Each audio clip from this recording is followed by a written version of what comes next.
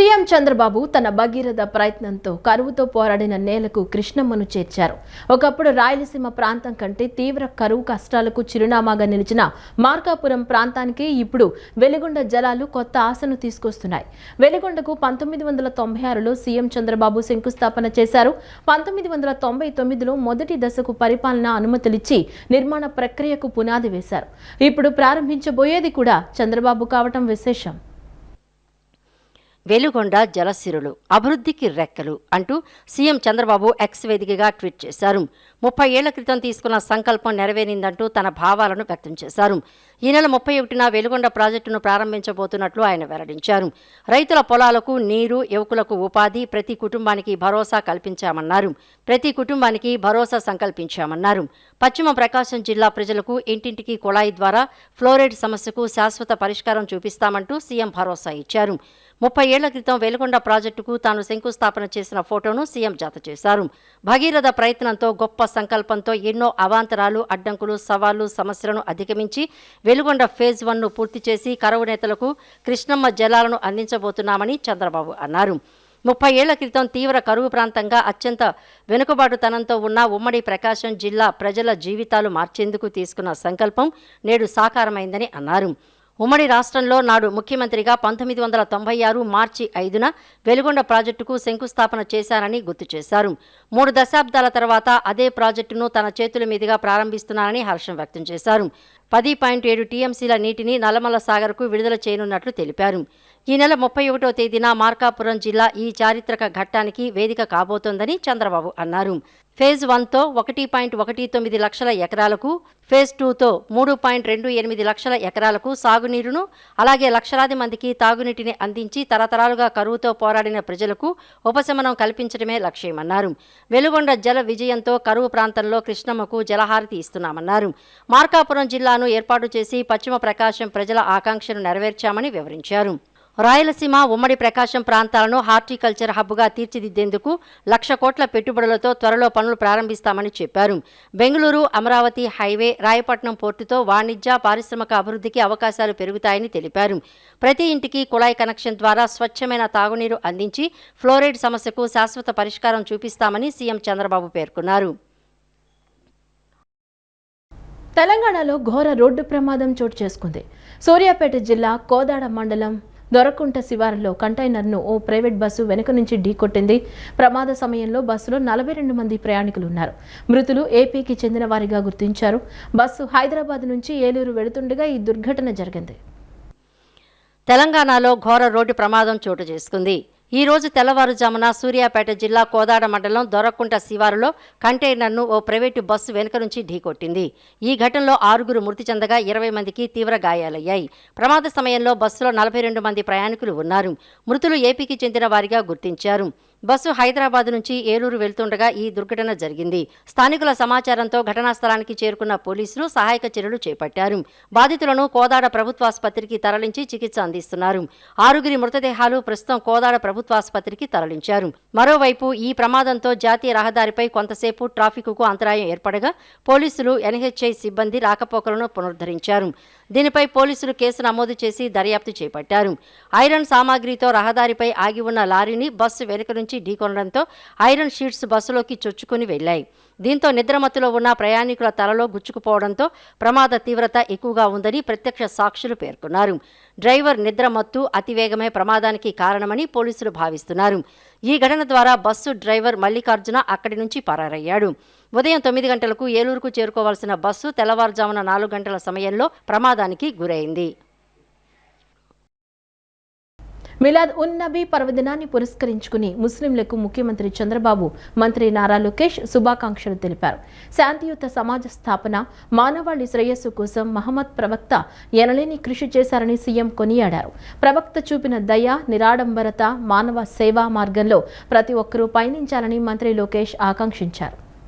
మిలాద్ ఉన్ నబీ సందర్భంగా ముస్లిం సోదరులకు సీఎం చంద్రబాబు, మంత్రి నారా లోకేష్ శుభాకాంక్షలు తెలియజేశారు.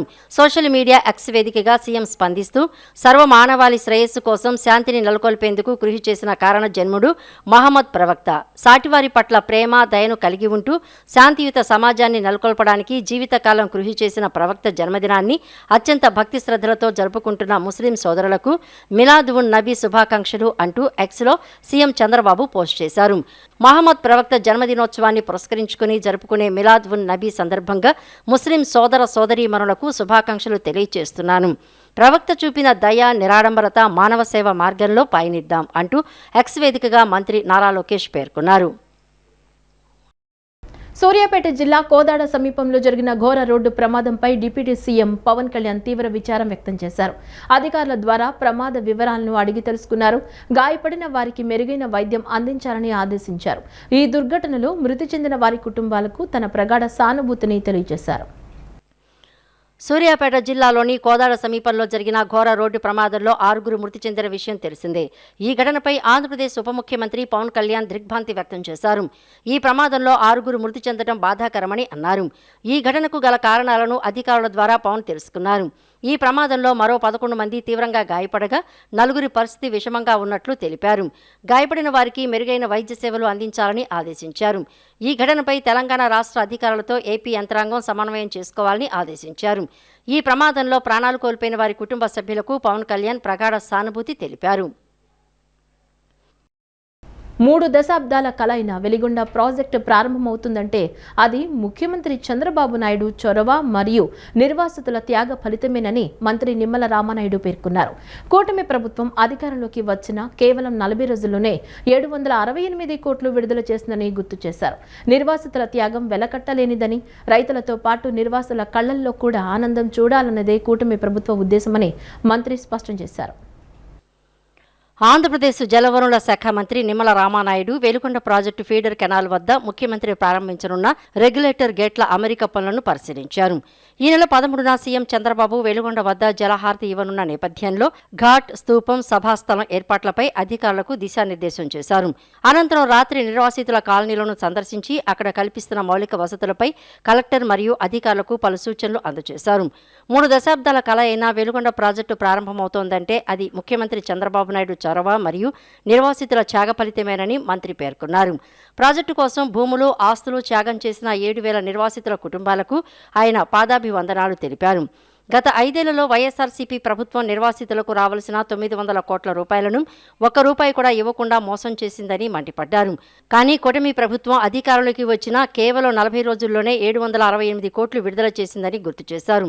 నిర్వాసితుల త్యాగం వెలకట్టలేనిదని, రైతులతో పాటు నిర్వాసితుల కళల్లో కూడా ఆనందం చూడాలన్నదే కూటమి ప్రభుత్వ ఉద్దేశమని మంత్రి స్పష్టం చేశారు. ముంపు గ్రామాల ప్రజలకు రేషన్, పెన్షన్ వంటి సేవలకు ఎలాంటి ఇబ్బంది కలగకుండా చూడాలని కలెక్టర్ను ఆదేశించారు. నిర్వాసిత కుటుంబాలు సొంతిల్లు నిర్మించుకుని గృహప్రవేశాలు చేసే వరకు ప్రభుత్వం, అధికారులు వారికి అండగా ఉంటారని భరోసా ఇచ్చారు. ఈవేళ మనందరికీ తెలుసు, సెంటిమెంట్ ఉంటుంది ప్రతి ఒక్కరికి. ఇప్పటికీ నేను నా సొంత గ్రామం వెళ్తే నా ఇల్లు పాడడిపోయినప్పటికీ కూడా ఆ ఇంటిని చూసినా, ఆ వాతావరణం చూసినా, ఆ చిన్నప్పటి జ్ఞాపకాలు, ఆ ఊరిని వదిలి వెళ్ళాలంటే ఒక ఆవేదన, బాధ ఉంటుంది. అటువంటి వాటన్నిటినీ కూడా ప్రక్కన పెట్టి ఈవేళ లక్షలాది మందికి మా వల్ల త్రాగడానికి నీళ్ళు ఇస్తూ ఉన్నాం, లక్షలాది ఎకరాలకు సాగునీరు ఇస్తూ ఉన్నామని ఒక త్యాగం ఈవేళ నిర్వాసితులు చేశారు. కాబట్టే ఈవేళ ఆ వెలుగొండ ప్రాజెక్టు పూర్తవుతున్నటువంటి పరిస్థితి, మనం పూర్తి చేస్తున్నటువంటి పరిస్థితి. అందుకే ఆ యొక్క వెలుగొండ ప్రాజెక్టు కోసం విలువైనటువంటి ఆస్తులు, విలువైనటువంటి భూములు త్యాగం చేసినటువంటి ఆ నిర్వాసితులందరికీ కూడా పేరు పేరున కూడా పాదాభివందనాలు. తొలిసారిగా ఫ్రాంచైజీ విధానంలో WAPL టోర్నమెంట్ను నిర్వహిస్తుండడం గర్వకారణమని governing council chairman Sujay Krishna Rangarao పేర్కొన్నారు. మహిళా క్రికెట్ను మరింత ముందుకు తీసుకువెళ్లాలనేదే తమ ప్రధాన తపన అని అన్నారు. సెప్టెంబర్ 15 తర్వాత ప్రారంభం కానున్న ఈ టోర్నమెంట్కు సంబంధించిన మ్యాచ్లన్నీ మంగళగిరి వేదికగా డే అండ్ నైట్ పద్ధతిలో నిర్వహిస్తామని, త్వరలోనే పూర్తి షెడ్యూల్ విడుదల చేస్తామని తెలిపారు. WAPL ప్లేయర్స్ ఆక్షన్ విజయవంతంగా ముగిసింది. ఈ సందర్భంగా governing council chairman Sujay Krishna Rangarao, cricket operations director Kalyan Krishna మాట్లాడుతూ ఆంధ్ర మహిళల క్రికెట్ చరిత్రలో ఈ రోజు ఎప్పటికీ గుర్తుండిపోతుందని అన్నారు. తొలిసారిగా ఫ్రాంచైజీ విధానంలో ఈ టోర్నమెంటును నిర్వహిస్తూ ఉండటం గర్వకారణమని చెప్పారు. ఏసీఏ అధ్యక్షుడు కేశినేని శివనాథ్ చిన్ని, కార్యదర్శి సానా సతీష్ల సహకారంతో ఫ్రాంచైజీల కోసం వచ్చిన 11 జట్లలో ఉత్తమమైన 4 టీములను ఎంపిక చేసినట్లు తెలిపారు. ఈ ఆక్షన్లో 4 జట్లు అత్యద్భుతంగా ప్రదర్శన చేసి ఆటగాళ్లను కొనుగోలు చేశాయని వెల్లడించారు. మహిళా క్రికెట్ను మరింత ముందుకు తీసుకువెళ్లాలన్నదే తమ ప్రధాన తపన అని వారు పేర్కొన్నారు. ఏ ఆశ ఆశించకుండా ఆంధ్ర క్రికెట్ అభివృద్ధి కోసం బ్రాండ్ అంబాసిడర్గా ఉండేందుకు ముందుకు వచ్చిన గొప్ప క్రికెటర్ మిథాలీ రాజుకు కృతజ్ఞతలు తెలిపారు. దేశం తరపున అద్భుతాలు సృష్టిస్తున్న శ్రీచరణి లాంటి ఎంతో మంది ప్రతిభావంతులు ఈడబ్ల్యూఏపీఎల్ ద్వారా వెలుగులోకి వస్తారని ధీమా వ్యక్తం చేశారు.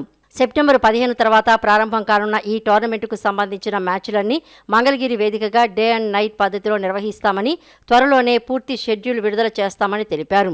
ఈ మ్యాచ్లను తిలకించేందుకు క్రీడాభిమానులంతా పెద్ద ఎత్తున తరలి వస్తారని ఆశిస్తున్నట్లు వారు పేర్కొన్నారు. 4,30,000 పెట్టి గోదావరి గోల్డెన్ ఈగిల్స్ తీసుకోవటం జరిగింది.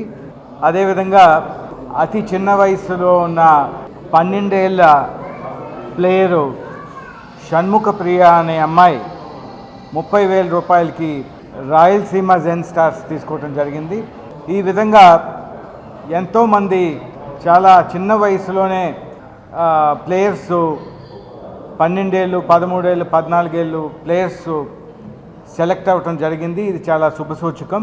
పర్మనెంట్గా ఇది ప్రతి సంవత్సరం కూడా జరపాలని ఇది ప్రారంభించడం జరిగింది. టీమ్స్ కూడా ఎంతో ఉత్సాహంగా ముందుకొచ్చి మరి 4 జట్లు ఈ సంవత్సరం ప్రారంభించాలనుకుంటే 4 జట్లతోని సుమారు 11-12 మంది రావటం జరిగింది. దాంట్లో 4 జట్లు అత్యధికంగా ఎవరైతే బిడ్ చేశారో వాళ్ళకి ఈ టీమ్స్ అలాట్ చేయడం జరిగింది. ఈ డబ్ల్యూఏపీఎల్ ఆంధ్ర ప్రీమియర్ లీగ్ ఎలా అయితే రాబోతోందో ఈ నెల టెంటేటివ్గా ఇంకా డేట్స్ మేము కన్ఫర్మ్ చేస్తాం. సెప్టెంబర్ 18 నుంచి టోర్నమెంట్ మొదలు పెట్టాలనుకుంటున్నాం. మరొక ఆణిముత్యాన్ని ఒకళ్ళు కాదు, ఇద్దరు కాదు, చాలామంది అయితే భవిష్యత్తులో వస్తారు. అండ్ తప్పకుండా సూపర్ స్టార్స్ లైక్ శ్రీచరణి వస్తారని చెప్పి మేము తప్పకుండా ఆశిస్తున్నాం, మనస్ఫూర్తిగా కోరుకుంటున్నాం. అండ్ టోర్నమెంట్ కూడా అంతే అద్భుతంగా జరగాలని చెప్పి కోరుకుంటున్నాం. అన్ని మ్యాచ్లు కూడా మంగళగిరిలో జరగబోతున్నాయి. మంగళగిరిలో డే అండ్ నైట్ మ్యాచెస్ జరగబోతున్నాయి. మనం మెన్ ఆంధ్ర ప్రీమియర్ లీగ్కి ఎలాంటి రెస్పాన్స్ వచ్చిందో మీరు అందరూ కూడా చూసుంటారు. దగ్గర ఫైనల్స్ రోజున 30,000 మందికి పైగా రావడం జరిగింది. అలానే స్కెడ్యూల్ విడుదల చేసిన తర్వాత తప్పకుండా అందరూ మ్యాచెస్ చూడటానికి వస్తారని చెప్పి ఆశిస్తున్నాం. రాబోయే స్థానిక సంస్థల ఎన్నికల్లో అన్ని స్థానాల్లో కూటమి అభ్యర్థులు విజయం సాధించేలా కార్యకర్తలు సమిష్టిగా పనిచేయాలని ఇంధన శాఖ మంత్రి గొట్టిపాటి రవికుమార్ పిలుపునిచ్చారు. కూటమి 2 ఏళ్ల పాలనలో చేపట్టిన అభివృద్ధి సంక్షేమ కార్యక్రమాలను ప్రజలకు విస్తృతంగా తీసుకువెళ్లాలని కార్యకర్తలకు దిశానిర్దేశం చేశారు. స్థానిక సంస్థల్లో 100% విజయం సాధిస్తే అది తమతో పాటు ప్రభుత్వానికి, కూటమి శ్రేణులకు కొండంత ధైర్యాన్ని ఇస్తుందని పేర్కొన్నారు. ముఖ్యమంత్రి చంద్రబాబు నాయుడు ఆధ్వర్యంలోని కూటమి ప్రభుత్వం 2 ఏళ్లలో ఎన్నో మంచి పనులు చేసినప్పటికీ వాటిని ప్రజలకు వివరించడంలో ఇంకా వెనుకబడే ఉన్నామని మంత్రి అన్నారు. తాము పనిచేసినా చెప్పుకోలేకపోతున్నామని, వైసీపీ నేతలు పనిచేయకపోయినా చెడు ప్రచారానికి దిగుతున్నారని విమర్శించారు. డిఎస్సీపై అసత్య ప్రచారాలు చేస్తున్నారని, వాస్తవాలను ప్రజలకు వివరించాల్సిన బాధ్యత కూటమి కార్యకర్తలపై ఉందన్నారు. జగన్ ప్రభుత్వ హయాంలో పేదల పెన్షన్ను 1,000 రూపాయలు పెంచేందుకు 5 ఏళ్లు పట్టిందని మంత్రి గొట్టిపాటి ఎద్దేవా చేశారు. సీఎం చంద్రబాబు ఒక్క సంతకంతో పేదల పెన్షన్ను 4,000 రూపాయలకు పెంచారని గుర్తు చేశారు. రేపు జరగబోయే స్థానిక సంస్థలు ఎన్ని పరిస్థితుల్లో మొత్తం సీట్లు మన లోకల్ పోలీస్ మొత్తం ఉండాలనే దానికోసమే మీ అందరూ బాగా హుషారుగా ఉంటారు. ఒక్క 2 సంవత్సరాల ముందు ఈ హుషారు ఇంకొద్ది గట్టి చూపించాలంటే రాజేంద్ర మాతో పాటు అసలు వచ్చారు. ఏదో మంచిగా చెడుతో అయిపోయింది. రేపు మళ్ళీ ఎలక్షన్స్ వస్తుంది. ఎలక్షన్స్ వస్తున్నాయి కాబట్టి ఒకటే పెట్టుకుంటా. రేపు మళ్ళీ ఎలక్షన్స్ వస్తున్నాయి కాబట్టి కనీసం రేపు ఎలక్షన్స్ ఒక్క సీట్లు కూడా ఎదురు పోకూడదు. 100% సీట్లు కొట్టాలి. నేను ఎందుకు చెబుతున్నానంటే పార్టీ ఇన్ఛార్జ్ కూడా నిత్యం నా దగ్గరకు వచ్చి మా కాన్స్టిట్యున్సీలో విద్యుత్ సమస్య ఉంది, లేదా నాయకుల దగ్గరికి అదే కనుక ఎమ్మెల్యే అయినట్టయితే దౌర్జన్యం చేసి లాక్కొచ్చేవాడు పనులు. ఆ ధైర్యం మీరు ఇవ్వాలంటే రేపు లోకల్ బాడీస్ లో మీరు ఎట్టి పరిస్థితుల్లో కూడా మంచి మెజారిటీతో ఇక్కడ ఉన్న లోకల్ బాడీస్ మొత్తం కూడా కొట్టారు. మీరు అది కొట్టిన రోజు రాఘవేంద్ర రెడ్డి ఏ కాగితం మీద సంతకం పెట్టి చేయమంటే అది ఖచ్చితంగా చేస్తానని కూడా. గుడివాడ ప్రభుత్వ ఆసుపత్రిలో ప్రజలకు మెరుగైన వైద్య సేవలు అందించేందుకు ఏర్పాటు చేసిన అత్యాధునిక సిటీ స్కాన్ యంత్రంతో పాటు సోలార్ పవర్ సదుపాయాన్ని మచిలీపట్నం పార్లమెంట్ సభ్యులు వల్లభనేని బాలశౌరి ప్రారంభించారు. ప్రభుత్వ ఆసుపత్రిలో ఆధునిక వైద్య సదుపాయాలను అందుబాటులోకి తీసుకురావడం ద్వారా పేద మధ్యతరగతి ప్రజలకు మెరుగైన వైద్యం అందించేందుకు అవకాశం కలుగుతుందన్నారు. గుడివాడ ప్రభుత్వ ఆసుపత్రిలో ప్రజలకు మెరుగైన వైద్య సేవలు అందించేందుకు ఏర్పాటు చేసిన అత్యాధునిక సిటీ స్కాన్ యంత్రంతో పాటు సోలార్ పవర్ సదుపాయాన్ని మచిలీపట్నం పార్లమెంటు సభ్యులు వల్లభనేని బాలశౌరి ప్రారంభించారు.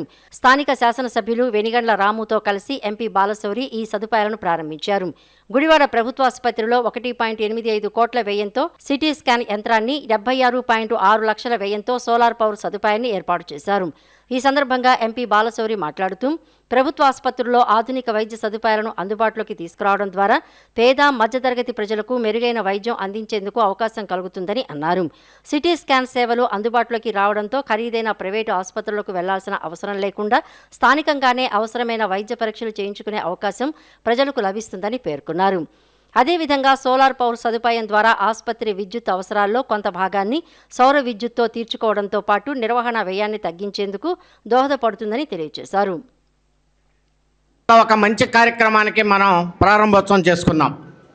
దాదాపుగా ఒక 3 సంవత్సరాల కిందట ఒక సిటీ స్కాను గుడివాడ ప్రభుత్వ ఆసుపత్రిలో తీసుకొచ్చి పెట్టాలి అనేటువంటి ఒక ఉద్దేశంతో రైల్వే ఫైనాన్స్ కార్పొరేషన్ వాళ్ళతో మాట్లాడి దాదాపు 1,80,00,000 రూపాయల చొప్పుని శాంక్షన్ చేయించాం.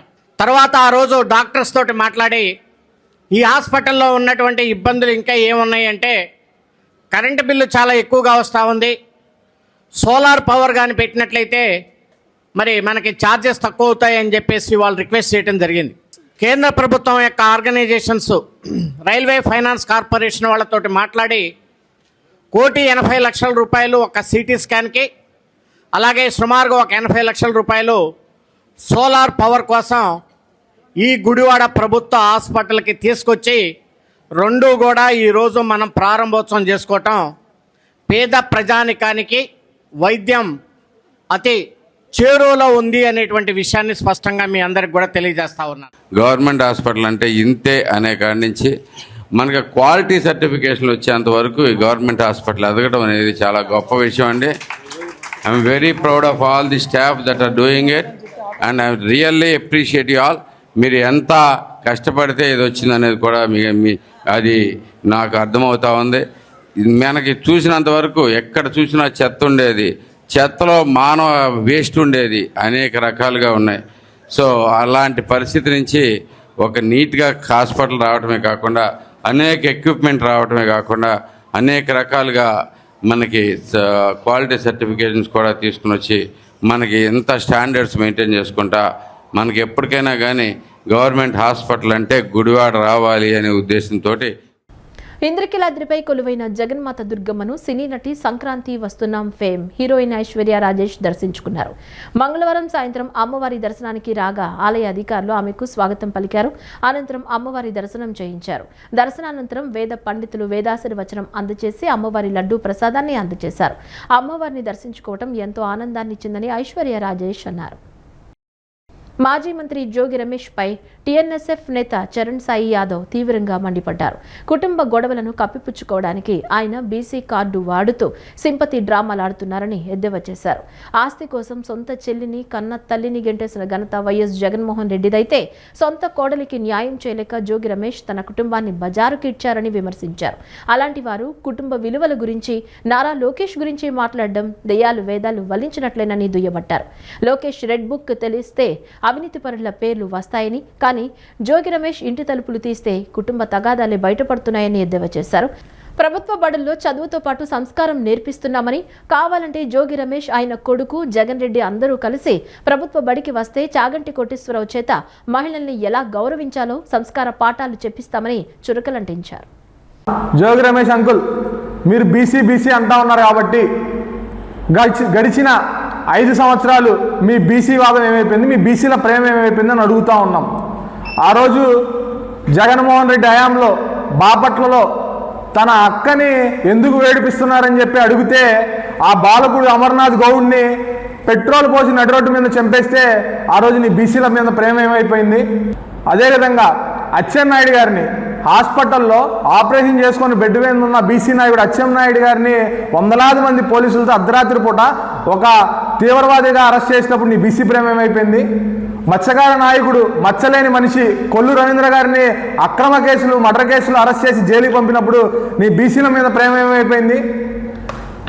పల్నాడు గడ్డ మీద జై జగన్ అన్నందుకు, జై జగన్ అనలేను, నా ప్రాణం పోయినా సరే జై చంద్రబాబు అంటా అని చెప్పి అన్నందుకు తన పేకను కోసిన తోటా చంద్ర యాదవ్ గారిని చంపినప్పుడు నీ బీసీ ప్రేమ ఏమైపోయింది. ఆ రోజు బీసీల మీద అక్రమంగా అట్రాసిటీ కేసులు పెడితే కూడా ఒక్కదాని మీద గురించి మాట్లాడలేను జోగి రమేష్. ఈరోజు మాటికి లెగిస్తే తన మీద మద్యం కేసులు అరెస్ట్ అయినప్పుడు కుట్ర అంటాడు, తన కొడుకు అగ్రిగోల్డ్ భూములు దబ్బేస్తే ప్రభుత్వం అరెస్ట్ చేస్తే దాన్ని బీసీల మీద ద్రోహం అంటాడు. ఈరోజు రాష్ట్రంలో నువ్వు మంత్రిగా ఉన్నప్పుడు ఏ ఒక్క బీసీకనే న్యాయం చేశావా?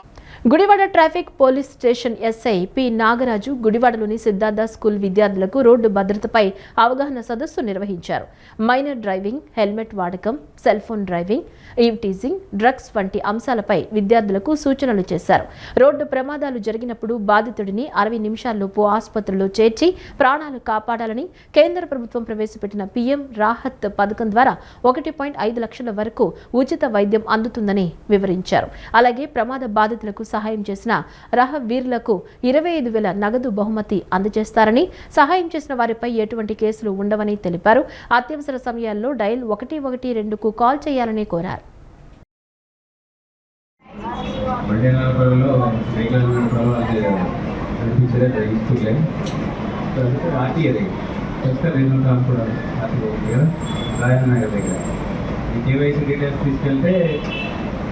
కంప్లీట్ అవగానే ఒక స్లాట్ బుక్ చేస్తారు, నీకు వెళ్ళాలంటారు. వెళ్ళాలంటే 6 months కంపల్సరీగా నేర్చుకోవాలి. ఆ పీరియడ్ అనేది ఇక్కడ స్పీడ్స్, కౌంట్స్ అన్నీ నేర్చుకోవాలి.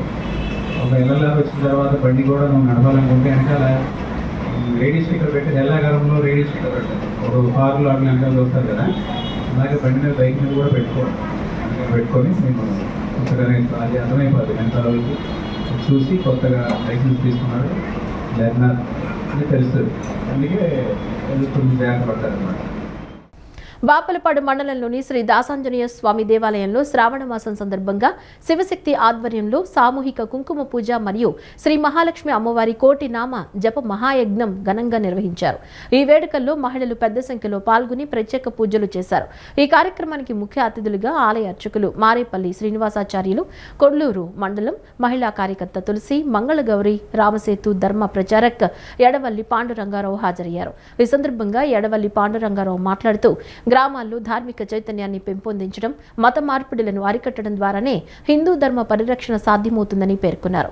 శివశక్తి ఆధ్వర్యంలో ధర్మ ప్రచార కార్యక్రమాలతో పాటు పిల్లలకు భగవద్గీత, రామాయణంపై అవగాహన కల్పించడం, వైద్య శిబిరాలు, నైపుణ్యాభివృద్ధి శిక్షణ వంటి పలు సేవా కార్యక్రమాలు నిర్వహిస్తున్నట్లు ఆయన తెలిపారు.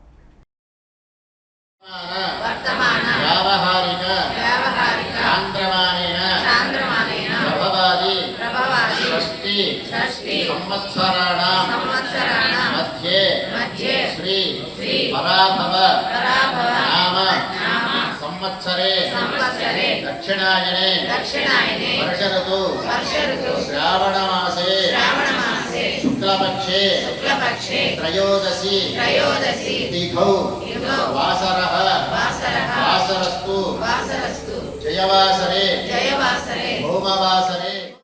ఈ వార్తలు ఇంతటితో సమాప్తం. నమస్కారం.